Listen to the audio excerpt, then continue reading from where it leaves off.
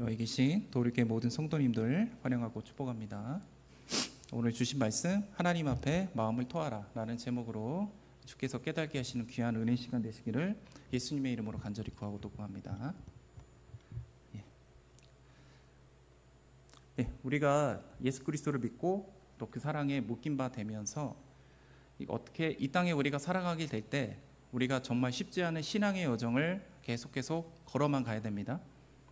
하나님의 크신 사랑으로 우리 자격 없는 우리가 예수님의 십자가를 통해 그 죄사함의 은혜를 입었지만 우리가 예수 그리스도를 영접하기 이전보다 있었던 그 고난과 아픔보다도 어쩌면은 더 큰 시련과 아픔을 우리가 모두 겪을 수도 있다는 겁니다. 우리는 그저 그냥 하나님이 보이신 생명의 길, 빛의 길, 그리고 그 영광의 길을 우리가 소망하고 바라보면서 이 가시밭길을 묵묵하게 걸어가야만 한다는 거죠. 근데 우리가 그 과정 속에서 바로 하나님을 깨닫고 또 우리의 신앙과 믿음이 더 성장하고 앞으로 나아가게 될 겁니다. 하지만 그 과정 속에 우리의 마음과 심령이 점점 시험이 될 수도 있고 지칠 때가 반드시 찾아옵니다. 하나님과 함께하는 삶은 참으로 기쁘고 감사하고 즐겁지만 여전히 우리 삶 속에 존재하고 있는 여러 가지 문제들이 있잖아요. 그 어려움 때문에, 그리고 나의 그 연약함 때문에 내 마음이 혼란해질 때도 있고 또한 넘어질 수도 있다는 거죠. 특히 하나님의 뜻에 우리가 순종으로 나아가고 또 지체들을 섬기고 그렇게 맡겨진 사역을 감당해야 되는 이 사역자들은 더욱더 이런 상황이 반드시 찾아오게 됩니다. 여러분, 우리가 예수 그리스도를 믿고 순종하며 나아갈 때 가장 큰 아이러니가 무엇인지 아십니까? 그것은 하나님을 믿고 하나님을 의지하고 그 사명을 감당하는 그 과정 속에서 우리가 이전보다도 더 크게 상처받고 고통받고 아픔을 당할 수도 있다는 거예요. 하나님 뜻대로 살아가려고 발부둥 쳤는데 우리가 기대했던 그 은혜가 아니라 그 고통과 고난과 고통이 찾아올 수도 있다는 거예요. 우리들은 교회에서나 아니면 세상 아니면은 우리 주변에 있는 가족이나 동료들 같이 우리가 이게 섬겨야 되는 지체들이 있어요. 그 지체들의 고민을 우리가 들어줘야 되죠. 아픔을 또 함께하고 또 하나님께 받은 그 은혜를 나누면서 예수님이 누구신지, 예수님의 사랑이 어떤 건지 같이 나누고 또 그들을 섬겨야 됩니다. 그런데 정작 우리들은 그로 인해서 받는 그 상처들이 있고 어려움이 생각보다 더 크게 있을 수 있다는 거예요. 누군가를 섬기는 과정 속에 오히려 우리가 더 상처받을 수 있다는 거죠. 그리고 우리 자신이 가지고 있는 그 고민들이 있어요. 아픔들이 있고 어려움이 있는데 이거를 쉽게 누군가에게 토로하거나 또 조언을 받고 도움을 받는다는 게 생각보다 쉽지는 않아요. 우리가 예를 들면 우리가 지체들을 섬기는 과정 속에 여러 가지 상담을 할 때가 참 많잖아요. 뭐 저뿐 아니라 뭐 여기 부목사님도 계시고 목사님도 마찬가지지만 우리 사역자라면 모두 다 상담을 많이 하게 돼요. 신앙 성숙을 원하는 지체가 있으면 어떻게 신앙 성숙할 수 있을까? 자신의 경험을 토대로 아마 많은 얘기를 해줄 거예요.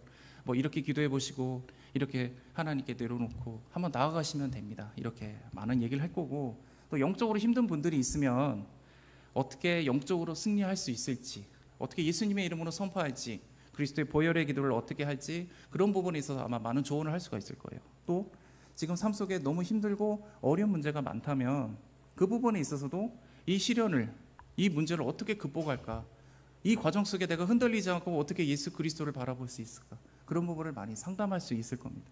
이걸 통해서 우리는 하나님께 배운 것들이 있죠. 또 하나님이 우리를 깨닫게 하는 것들이 있잖아요. 그리고 개인적으로도 체험한 것들이 있어요. 또 경험한 게 있고 또 하나님 주신 말씀을 토대로 우리는 내 일처럼 정말 내 가까운 친지, 친척, 내 가족처럼 이들을 돕고 상담해 주는 일이 정말 많아요. 그런데 우리들도 믿음으로 감당하고 나가다 보면 우리들이 그 상담해 준 분들의 가지고 있는 그 고민과 문제가 우리들의 고민이고 우리들의 문제일 수도 있다는 거예요. 그럴 때면 이 문제를 가지고 다른 분들께 나누고 토로하고 의견을 묻는다는 게 결코 쉬운 일이 아니에요. 왜냐하면 우리는 상담해주는 역할을 주로 많이 하니까. 그래도 어찌어찌 그래, 이 고민과 이 문제를 다른 리더들이나 다른 분들에게 한번 나눠볼 수는 있죠. 그런데 생각만큼 내가 기대한 만큼의 마음이 시원해지고 만족스러운 답을 얻기가 매우 힘들어요. 그냥 내 문제를 좀 토로한 것밖에 없죠. 다들 그런 부분에 있어 끙끙 앓고 그냥 하나님께 토로하며 나가는 부분이 많을 겁니다. 게다가 나름 그냥 열심히 섬기고 신경을 썼는데, 그렇게 섬겼던 지체가 있는데 그 지체 때문에 내가 또 상처받는 거죠. 뭐 교회를 떠나시든지 아니면 그분의 성장이 좀 더디든지, 나름대로 열심히 신경을 썼는데 오히려 자기 중심적이고 이기적인 모습을 딱 드러낼 때 우린 사실 그 부분에 있어 굉장히 상처받아요. 또 개인적으로는 하나님께 영적인 성장을 나가고 싶은데 생각보다 성장이 더딘 거죠. 벽에 부딪힌 것 같죠. 기대만큼의 은혜가 없기도 하고, 그것에 대해서 굉장히 회의감이 들 때가 있어요. 나 아버지 순종하려고 여기까지 왔는데, 나 주님 사랑하고 싶고 하나님 바라보고 싶어서 왔는데 오히려 그것 때문에 심적으로 너무 어렵고 낙심되고 힘든 경우가 참 많아요. 예전에 부목사님이 제게 하셨던 말씀이 있어요. 일반 성도들은 교회 오면 힐링을 해요. 교회 와서 힐링도 하고 위로도 받고 격려도 받고, 그래서 우리가 다시 한 주 한 주 살아갈 힘을 얻는 거예요. 한데 사역자가 되면 이제 일반 성도 때 받았던 그 힐링이 없어요. 위로와 섬김을 이전만큼 많이 받지는 못할 거라는 거예요. 왜냐하면 사역자는요, 받는 존재가 아니라 주는 존재거든요. 그래서 내가 가진 힘과 에너지를 쏟아서 사람을 섬겨야 돼요. 우리 담임 목사님 뭐 주일뿐만 아니라 뭐 수요일, 뭐 금요일, 토요일도 그렇고 기도해 주시고 상담하고 그 과정 속에 녹초가 되시잖아요. 사역자들은요, 주는 존재이기 때문에 우리가 그럴 수밖에 없어요. 그냥 말 그대로 사역자로서 섬김이 있고 각오를 하라는 말씀이신데, 오늘 금요 예배 가운데 우리 함께 하시는 모든 성도님들도 하나님께서 또 우리 교회 사역자로 부르심을 믿으시길 원합니다. 사역자로서 이제 지체들을 섬기시거나 섬겨야 돼요. 근데 각자 이런 말 못하는 고민들, 어려움, 상처가 반드시 생길 거예요. 그리고 그로 인해서 외로울 때도 있고요. 누구에게 말도 못하고요. 심적으로도 평화가 없고 흔들리고 낙심될 때가 반드시 찾아오게 될 겁니다. 예레미야 선지자가 하나님께 순종하고 사명감을 가지고 남유다를 향해서 하나님의 메시지를 목숨 걸고 전했거든요. 하지만 그 결과가 비참한 현실이고 고난이었어요. 바스올이라는 제사장이 있어요. 성전에서 말씀을 전했는데 이 제사장이 예레미야를 구타하고 나무 고랑에 쓰여가지고 골방에 가둬버려요. 나중에 이제 풀려나게 되기는 하는데 지금 나라가 굉장히 풍정등화 같아요. 바벨론이 언제 이스라엘을 점령해가지고 남유다를 점령해서 그들이 모두 포로가 될 수도 있고 노예가 될 수도 있어요. 지금 나라가 빼앗길 판인데 이스라엘 백성들을 섬기거든요. 그리고 하나님의 메시지를 지금 전하고 있어요. 그들이 살 길을 지금 알려주고 있어요. 너희들은 바벨론에 항복해야 된다. 근데 많은 당시 선지자라고 주장했던 수많은 사람들이 바벨론의 항복이 아니라 하나님은 우리 나라를 지켜주실 거라고, 바벨론에게 절대 우리나라를 뺏기지 않을 거라는 거짓 예언을 했단 말이죠. 오히려 예레미야만이 살 길을 지금 방도를 얘기하는데 그들이 듣고 싶었던 답이 아닌 거예요. 그들은 애굽에게 의지하면서 자기의 보신과 안위를 지금 부탁하고 있었거든요. 그 어느 누구도 예레미야 말에 귀 기울이거나 그를 돕는 자가 없었다고요. 물론 남들이 보이지 않는 곳에서 예레미야를 동조하고 돕는 자가 없던 건 아니에요. 하지만 지금 예레미야에게 있어서 이스라엘 백성들은 그를 오히려 조롱하고 멸시하고 천대했던 거예요. 하나님의 사명에 내가 지금 순종했는데, 감당했는데 돌아오는 게 상처고 낙심인 거예요. 그래서 예레미야가 하나님께 뭐라고 토로한지 아세요? 예레미야서 20장 7절에서 8절을 보시면 하나님이 나를 속이셨다, 그렇게 말하고 있어요. 하나님의 그 강하심으로 저는 선지자가 되게 하지 않으셨습니까? 저는 그 뜻을 거부할 수가 없었다 이거예요. 저는 거부하고 싶은데 하나님의 크고 위대함 때문에 나는 거부할 수가 없었어요.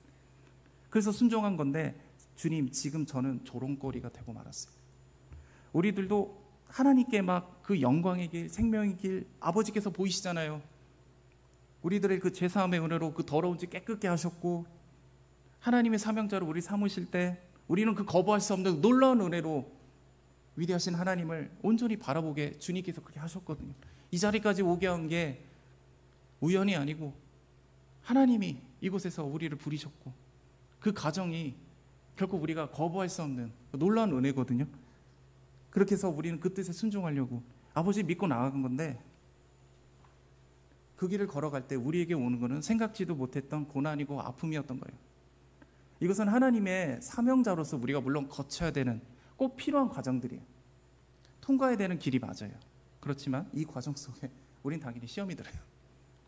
이해도 안 되고 피하고 싶고, 이건 누구에게나 있는 것입니다.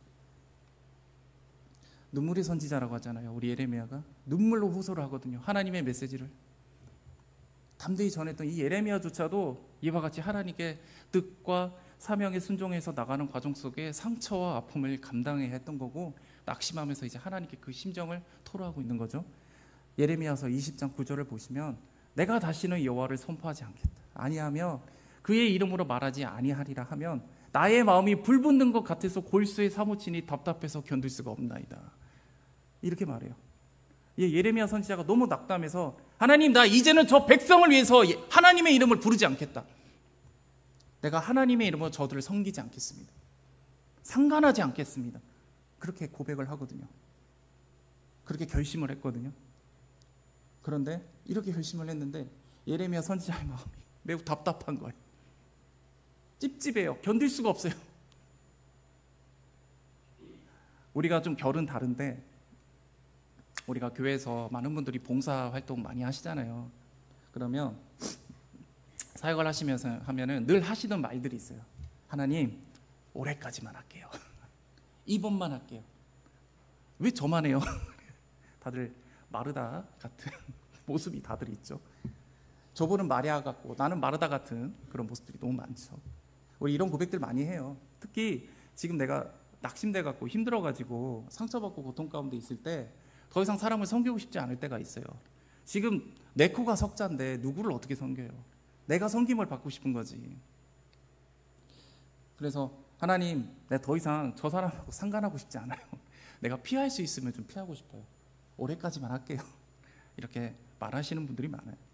하지만 그만두는 것도 사실 쉽지가 않아요. 왜냐? 마음속에 뭔가 시원하지가 않아요. 그래, 내가 오늘부터 끝! 다시는 안 하리라. 나 예배만 드리고 빠져야지.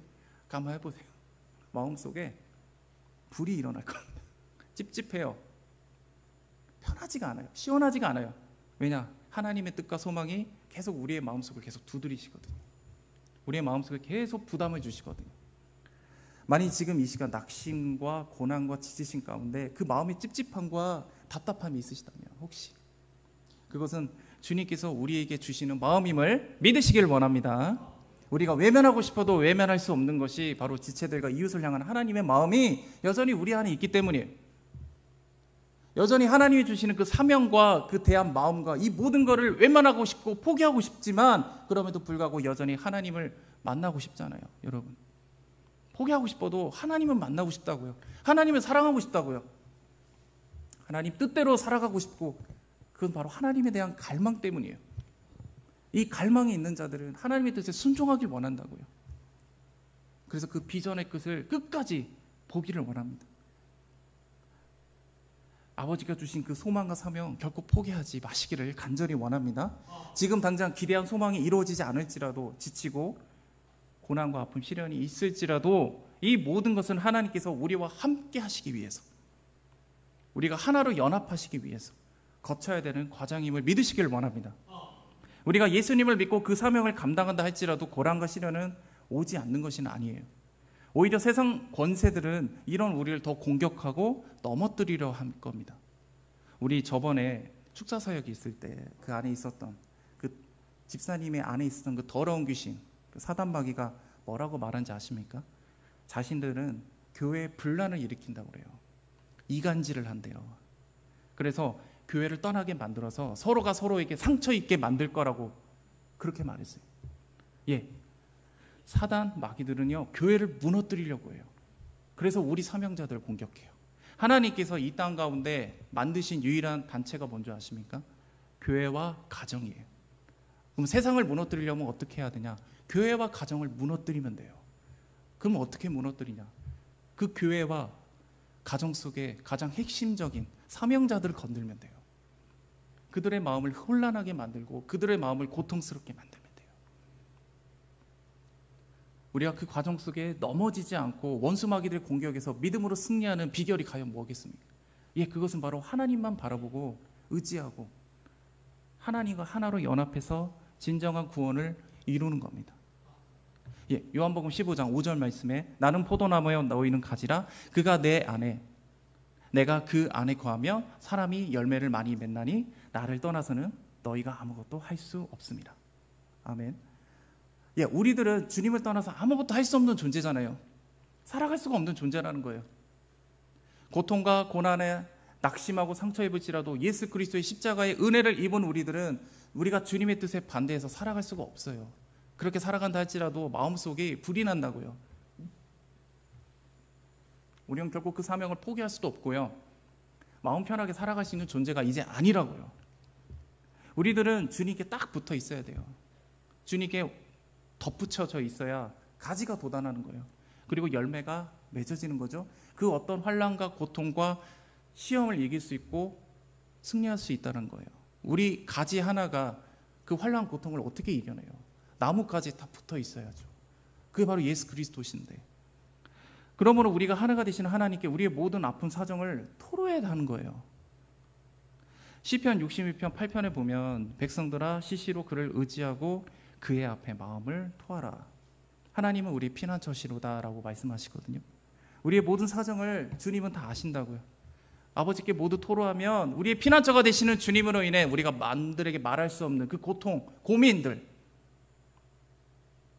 아버지께서 해결하실 것이고 완전한 솔루션을 제시할 겁니다. 진정한 평화와 안식으로 이끄신다는 것이죠.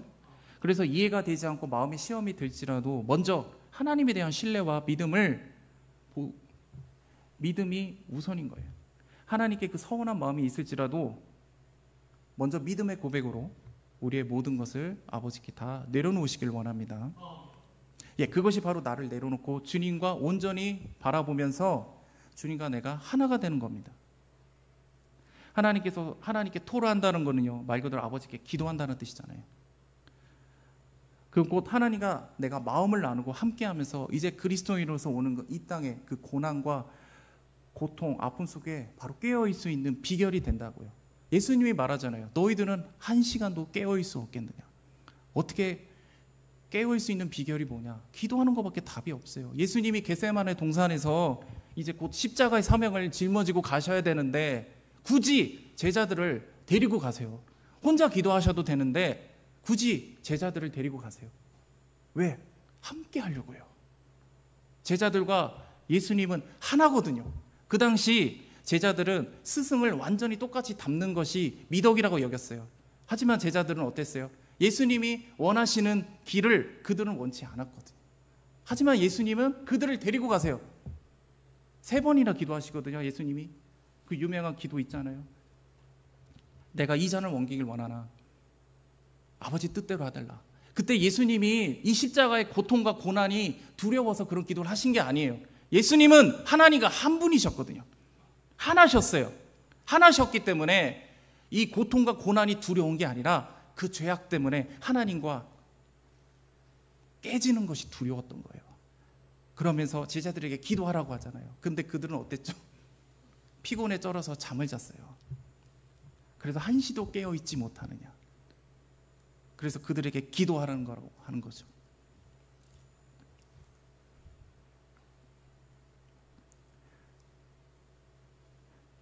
곧 하나님의 마음을 나누고 그리스도에서 이 땅의 고난과 아픔을 깨어있는 비결이 되기를 원합니다. 우리는 그 어떤 시련과 고통과 어려움이 있을지라도 잠잠히 하나님만 바라봐야 됩니다. 그것은 우리가 잠잠히 하나님만 바라볼 때 우리들은 하나님과 하나로 연합되고 하나가 되어서 이제 그 소망과 구원을 약속하신 것을 아버지께서 우리에게 허락하실 줄 믿습니다. 우리 김창옥이라고 아세요? 그 강연하는 분 있죠. 그분. 이렇게 사람들의 고민 들어주고 솔루션 해주고, 이게 사람들의 마음을 움직이는 동기부여 같은 뭐 진짜 유명한 말들을 많이 하셨죠. 이분이 보니까 세바시라고 했는데 뭐 세상을 바꾸는 시간인가요? 어떤 뭐 세바시라는 프로그램이나 아니면 김창욱 쇼라고 해서 자신의 이름을 내거는 그 쇼에 나가서 사람들의 사연을 듣고 또 유머스러운 말을 하면서 사람들에게 재미있는 말을 하고 또 사람들을 꿰뚫는 말을 이렇게 많이 정답을 제시하는 걸로 이제 유명한, 인기가 많고 이제 공감을 많이 하시는 강연자더라고요. 근데 이분도 남들에게 말할 수 없는 고민을 안고 있었다는 거예요. 그것은 바로 그가 우울증을 앓고 있었다는 거예요. 사실 교회에서 우리가 사역자로 많은 사람을 섬기고 이렇게 함께하고 있지만은 당사자가 우울증 때문에 고생하시는 분들이 생각보다 많아요.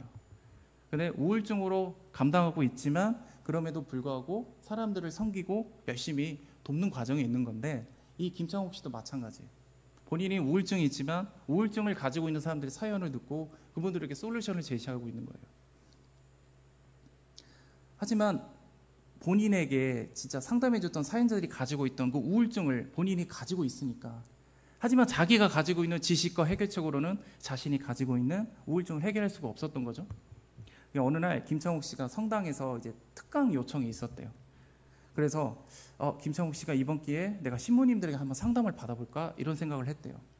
왜냐하면 이분이 교회 다니는 분이에요. 이분이 크리스찬인데 교회에서 이제 목사님께 상담을 받으면 왠지 목사님이 사모님께 말할 것 같다는 거예요. 말할 것 같아서 이게 자신의 문제가 남에게 알려지는 게 좀 원치 않았던 거죠. 그런데 신부님들은 결혼을 안 하셨잖아요. 그러니까 아내에게 말하지 않을 거라고 생각을 했대요. 그래서 자기가 다니는 교회가 아니니까 비밀리에 상담을 받을 수 있겠구나 이렇게 생각을 하셨대요. 그래서 강연이 한참 진행이 되고 있는데 유난히 어떤 분이 자기를 향해서 이렇게 미소를 띠고 보고 계시더래요. 그리고 강연이 이제 끝난 다음에 자기에게 이렇게 오시는 거예요, 그분이. 그래서 그래, 내가 저분한테 한번 내 우울증에 대해서 한번 상담을 한번 받아보자 그렇게 생각을 하셨는데, 갑자기 그 신부님이 오셔가지고 우울증 상담을 요청하시더래요. 저 신부 안 하고 싶다고 이렇게 왔더래요. 아니 지금 나도 죽게 생겼는데 나도 우울증 때문에 힘들어 죽겠는데 와서 우울증 상담을 하시니까 그냥 왜 내가 이렇게 말을 하실까 싶었지만 그래도 나름 열심히 대화를 하면서 그 문제를 풀려고 하셨대요. 나중에 다른 분을 통해서 이제 솔루션을 받으셨는데, 그건 뭐냐면 침묵하라, 침묵을 배우라는 것이었대요. 자신은 재미있는 말을 하는 분이잖아요. 그러니까 당연히 말이 많죠. 그리고 자신의 생각과 마음이 많이 투영이 될 거 아니에요. 그러니까 쓸데없는 말 하지 마. 그리고 거짓을 말하지 마라. 그러면서 현재 내 자신을 연민하지 말고 자신의 상황을 너무 한탄하지는 마라 이렇게 말하는 거죠. 침묵하지 못하는 거는 자신의 지혜와 능력을 드러남이 있단 말이죠. 아무래도 말을 많이 하니까 거기에 과장도 있고 자기 생각이 많이 들어갈 수밖에 없잖아요. 그러니까 침묵을 통해 겸손을 배워야 된다 이렇게 말씀을 하셨다고 하더라고요. 그리고 이 자기 자신에게 스스로 위로하고 격려를 많이 하셨대요. 우리가 누구에게 위로하고 격려를 하지만 누군가에게 털어놓을 수는 없잖아요. 그렇다는 건 뭐냐? 그러면 나 자신에게도 내 스스로 나에게 위로하고 격려를 하자. 우리 시편 62편 5편의 5절 보면은 나의 영혼아 잠잠히 하나님만 바라라, 물은 나의 소망이 그에게로 나오는도다 그렇게 말씀하거든요. 나의 영혼아예요. 나의 영혼에게 선포를 하는 거예요. 지금 이분은 그래 여기까지 오느라고 수고 많았어, 고생했어, 그렇게 위로와 격려를 자기 자신에게 했대요. 그러는 순간 자신도 모르게 마음이 막 울컥했대요. 눈물이 막 나더래요. 그러면서 그 과정 속에서 우울증을 이제 극복을 할 수 있었다 이렇게 말씀을 하셨거든요. 그런데 우리가 여기서 침묵에 대해서 한번 생각해 볼 필요가 있어요. 우리가 보통 침묵을 배워 이런 말들을 하면은 말을 많이 하지 말라는 뜻인가 보다, 아니면 말을 좀 줄이라 이렇게 생각할 수가 있잖아요. 근데 우리가 지금 현재 시련과 고난과 그 상황 속에 불평 원망 하지 말고 그냥 묵묵하게 생각만 하고 말하지 말고 그렇게 나갈 수 있게 해석이 될 수 있는데, 우리가 실제로 여리고성이 무너지는 과정 속에 하나님이 여리고성을 돌라고 하셨을 때 아무 말도 하지 말고 침묵하라고 하시잖아요. 왜냐? 그들이 그 과정 속에 분명히 불평과 원망을 하거든요. 내가 지금 여기서 뭐 하고 있지? 왜 이걸 돌라고 하지? 저들이 우리에게 화살을 쓰면 어떡하지? 그런 마음이 속에서 있지만 말을 절대 뱉으면 안 되는 거죠. 실제로 그 은혜로 인해서 여리고성은 점령이 되거든요. 그런데 그 침묵 속에 또 다른 뜻도 같이 내포하고 있어요. 그것은 바로 잠잠하라예요. 잠잠하라. 시편 62편 1편 그리고 5편 말씀 우리 같이 읽길 원합니다. 시작. 나의 영혼이 잠잠히 하나님만 바라며 나의 구원이 그에게로 나오노다. 나의 영혼아 잠잠히 하나님만 바라라. 무릇 나의 소망이 그로부터 나오노다. 아멘. 도리케 성도 여러분, 우리가 사역자로서 하나님께 주신 그 사명을 감당하고 하나님 뜻의 순종으로 나아가다 보면은 우리에게는 그 수많은 상처와 아픔, 고난, 시련 반드시 찾아온다고 했습니다. 하지만 우리가 이 가운데 승리할 수 있는 비결이 뭐냐? 바로 하나님과 하나로 연합되는 거라고 했어요. 그런데 우리들은 어떻게 하면 하나님과 하나로 연합될 수 있을까? 우리가 이런 것을 고민하면서 이 방법 저 방법을 찾아다닌다고요. 뭐 제자 훈련이네, 무슨 기도법이에요, 무슨 세미나예요, 뭐 요즘 그런 거 엄청 많잖아요. 그래서 뭐가 있어 보이는 프로그램 만들어가지고 교인들이 내가 이 프로그램대로 하면은, 이 세미나대로 하면은, 무슨 기도법을 따라하면은 내가 하나님께 좀 더 가까워지겠지, 하나님을 잠잠히 바라보게 될 거야, 이렇게 하면 하나님과 내가 하나가 되겠지, 우리가 이런 생각을 하면서 나아간다고요. 그리고 우리 각자의 삶 속에서 여러 가지 어려움이 있고 문제들이 찾아오게 되면 하나님의 은혜를 최우선하기보다는 그 문제를 해결하기 위해서 분주하게 이 방법 저 방법, 이 사람 저 사람 만나면서 찾아다닌다고요. 우리의 힘과 능력을 의지하고 다른 사람이 가지고 있는 힘과 능력을 의지하러 나아가요. 우리는 알아요. 하나님께 기도로 나아가야 된다는 거. 그래서 나름 기도는 해요. 하지만 지금 당장 눈앞에 코앞에 닫혀있기 때문에 마음이 불안하니까 하나님을 잠잠하게 바라보질 않아요. 먼저 이 문제부터 해결해야겠다라고 생각을 해서 이 방법 저 방법을 찾아다니고 이 사람 저 사람을 만나고 다니는 거예요. 그 과정 속에 아무 문제가 없을 때는 정말 이 땅에서 정말 하나님을 사랑하는 멋진 그리스도인 같지만은 이런 문제가 생기면 위기에 닥쳐오면 무늬만 그리스도인 같은 모습으로 뒤바뀌는 모습 우리 수도 없이 많이 봤거든요. 우리가 하나님과 하나가 되고 온전한 구원을 이루는 것은 바로 잠잠히 하나님만 바라볼 때 가능한 겁니다. 이것을 믿으시기를 원합니다. 내가 이런 말을 하면요, 또 하나님만 바라보라는 말 하시네, 또 기도하라는 얘기입니까? 너무 많이 하신 거 아닙니까? 이렇게 말씀할 수 있겠지만 우리 마가복음 9장 29절 말씀에 보면은 기도 외에는 이런 종류가 나갈 수 없느니라. 이거 예수 그리스도께서 하신 말씀이잖아요. 우리 신앙과 믿음의 기초가 탄탄하지 않으면 아무리 좋은 훈련법이 있고 좋은 방법이 있어도 하나님의 믿음이 우리 안에 완전히 뿌리박지 않으면 고난과 아픔이 있을 때 우리는 우르르 무너져 버린다고요.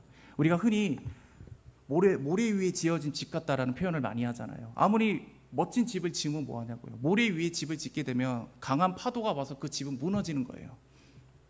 우리 신앙과 믿음이 기초가 탄탄하지 않으면 바로 모래 위에 지어진 집과 같다는 거예요. 우리가 하나님을 온전히 바라보지 못하고 기도하지 않으면 우리 신앙은 절대로 성장하지 않아요. 기도 외에는 답이 없어요. 말씀 외에는 답이 없거든요. 온전히 우리 신앙과 믿음이 뿌리를 박지 못하게 됩니다. 삶에 고난과 시련이 몰려오게 되면 우리는 그저 무기력하게 무너질 수밖에 없는 거죠. 바람이 불고 폭풍이 몰아칠 때 거기서 살아남는 자가 누군지 아십니까? 바로 기도하는 자들이 살아남는 거예요. 과거 중국이 예수님을 믿었던 자가 무려 8천만이었다는 얘기가 있어요. 예전에 가정교회, 지하교인들 많이 있었는데 나중에 공산화가 되면서 예수 그리스도를 믿었던 그 많은 사람들이 잡혀갔고 감옥에 갇혔단 말이에요. 그들 중에 살아남았던 사람들의 비결이 뭐냐? 바로 예수님께 기도했던 자들이에요.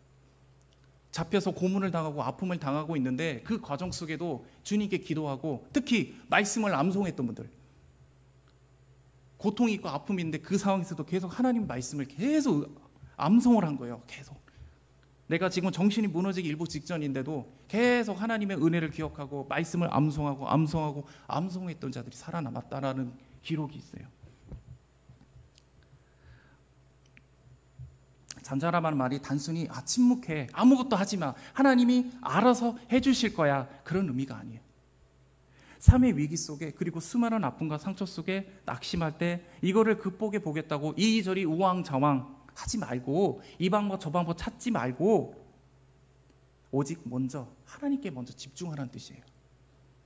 즉 잠잠히 하나님만 바라보라는 거는요, 곧 주님의 역사하심과 일하심을 믿고 아버지께 토로하고 주님에만 집중하고 기도하라는 뜻이죠. 주님께 잠잠하게 집중하지 못하는데 무슨 역사가 일어나요? 주님께 잠잠하게 집중하지 못하는데 무슨 프로그램이 뭐가 필요하고 무슨 시설이 좋고 사람이 전문가고 그게 무슨 의미가 있어요? 내가 기도와 말씀으로 준비가 안 돼 있는데. 다윗이 시편 62편을 지을 때 그때 당시 상황이 그렇게 녹록할 때가 아니에요. 다윗이 정말 잠잠하게 하나님을 바라볼 수 있는 환경과 상황일 때 이 시편을 지은 게 아니에요. 지금 자신의 아들 압살롬이 반란을 일으켰어요. 지금 부하들 중에 몇 명은 지금 배반해가지고 내가 지금 다윗이 생명의 위험을 느끼고 있어서 지금 왕궁을 떠나서 유다 끝자락까지 지금 도망간 상태예요. 즉 다윗은 지금 매우 다급한 상태예요. 그런데 다윗은 잠잠하게 하나님을 보기로 선택했다는 거예요. 그것은 잠잠히 하나님을 바라볼 때 하나님께 바로 구원과 소망이 약속이 되어 있다는 것을 다윗은 알고 있었거든요. 출애굽기 14장 13절에 보면 모세가 백성에게 이르시되 너희는 두려워하지 말고 가만히 서서 여호와께서 오늘 너희를 위해 행하시는 구원을 보라. 너희가 오늘 본 애굽 사람은 영원히 다시 보지 못하리라 라고 말해요. 예, 지금 애굽의 군대가 이스라엘을 쫓고 있어요. 이 백성들은 당연히 마음이 불안하죠. 불안하고 염려되고 걱정되고 어떡하지? 우왕좌왕하고 있죠. 우리가 다시 돌아가야 되나? 아니면 우리가 뇌물을 바쳐서 우리가 다시 살아볼까? 별 생각을 다 하지 않겠어요? 그 과정 속에 모세가 이스라엘 백성에게 너희는 두려워하지 마라. 염려하지 마. 우왕좌왕하지 마. 원망 불평 좀 하지 말고 잠잠하게 하나님이 하시는 놀라운 기적과 구원을 바라보라 라고 말씀하시잖아요. 그리고 홍해바다는 갈라지잖아요. 밤새 돌풍이 불어서 홍해바다가 갈라졌고 이스라엘 민족이 건넌 다음에 애국 군대가 왔을 때 홍해바다가 다시 합쳐지거든요. 그 과정에 애국의 군대는 모두 수장됩니다. 그것을 보고 이스라엘 민족이 무슨 생각을 했겠어요? 와, 하나님은 우리의 구원해 주시구나. 그리고 하나님은 저 강한 애굽의 군대도 한 번에 수장시키시는 놀라운 분이구나. 그렇다면 하나님이 약속하신 가나안 땅은 당연히 하나님 우리에게 주시는 것이구나. 그 소망을 품게 돼요. 하나님을 잠잠히 바라볼 때 아버지의 구원이 있고 하나님의 소망이 있다고. 그것을 그들이 모두 깨닫게 된 거죠. 물론 쉽지 않아요. 쉽지 않습니다. 지금 코앞에 원수들이 날 치려고 하는데 마음이 잠잠할 수 있습니까? 원수마귀가 지금 내 앞에서 칼을 들이밀고 있는데 뱀처럼 막 혀를 날름거리고 나를 먹겠다고 이러고 있는데 쉽습니까? 주님께서 명령하신 이 길 걸어갈 때 배신당하지 않고 상처 입고 배신당하고 상처 입고 지쳐 있는데 온전히 걸어가는 게 쉽겠어요? 그럼에도 불구하고 우리 안에 아버지께서 함께 하시는 그 도우심을 믿고 잠잠히 하나님만 바라보시길 원해요. 우리 안에 함께 하시는 하나님을 잠잠히 바라보는 것이 그게 바로 믿음입니다. 베드로가 그 폭풍이 불고 바람이 부는데 예수님 믿고 잠깐이라도 걷잖아요. 그 짧은 믿음 하나도 무리를 걷는 사람이 된다고요. 그 짧은 믿음으로도 우리가 그 폭풍이 우리 주변에 몰아칠 때도 예수님을 온전히 바라보고 나아갈 때 우리는 무리를 걸을 수 있는 겁니다. 이 어려움과 묶인 모든 문제를 해결하실 분은 오직 주님밖에 없어요. 주님과 우리가 하나로 연합되고 함께해서 이 모든 것을 우리는 극복해야 되는 거예요. 우리 힘으로는 극복 못하기 때문에 주님과 함께 이 모든 것을 극복할 수 있습니다. 그래서 우리는 주님의 마음을 움직여야 돼요. 그러기 위해서는 우리와 함께 하시는 주님을 바라보면서 주님께 우리의 의지를 보여드려야죠. 다윗도 모세도 예레미야도 지금 하나님을 잠잠하게 바라볼 수 없는 상황이 아님에도 불구하고 잠잠하게 하나님을 바라봤어요. 아니 현실적으로 지금 불안하고 염려되고 상처있고 낙심 가운데 있지만 그들은요 하나님을 잠잠히 바라보기로 선택했어요. 할 수 있어서 한 게 아니에요. 그냥 선택한 거예요.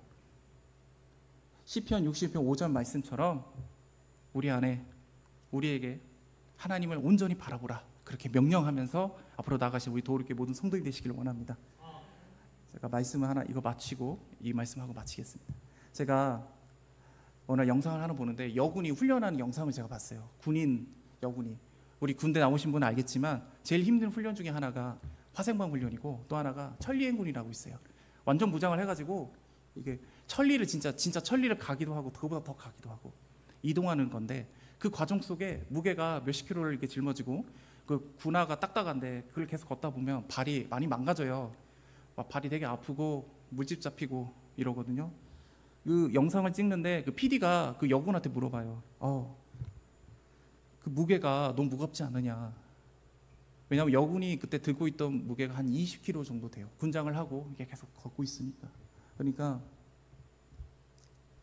그 여군이 뭐라고 이야기하냐면 만일 여자라면 무거운 무게죠. 하지만 군인이라면 감당할 수 있는 무게입니다. 이렇게 말을 해요. 우리도 마찬가지예요. 우리가 짊어지는 그 삶의 무게가 있어요. 고난의 무게가 있어요. 그 사명의 무게가 있어요. 너무 크고 버거워요. 예수 그리스도를 믿지 않는 자들은 이 고난의 무게, 삶의 무게, 이 사명의 무게를 절대로 짊어질 수가 없어요. 하지만 하나님이 택하신 사명자들은 이것을 짊어질 수가 있어요. 그 이유는 뭐냐? 예수 그리스도가 우리와 함께 이 짐을 같이 지고 가고 있기 때문일 겁니다. 이 시간 아버지만 잠잠히 바라보면서 우리 자신에게 명령하시고 무너진 것 아버지께 내려놓고 하나님 다시 내가 주님을 바라봅니다. 우리가 들고 있는 이 삶의 무게, 고난의 무게가 힘들지만 주님의 은혜로 이 모든 것을 승리하길 원합니다. 하나님과 하나가 되길 원합니다. 연합하길 원합니다. 그래서 오직 예수님만 높이는 우리 도울교회 모든 성도이 되시기를 예수님의 이름으로 간절히 구합니다. 기도하겠습니다.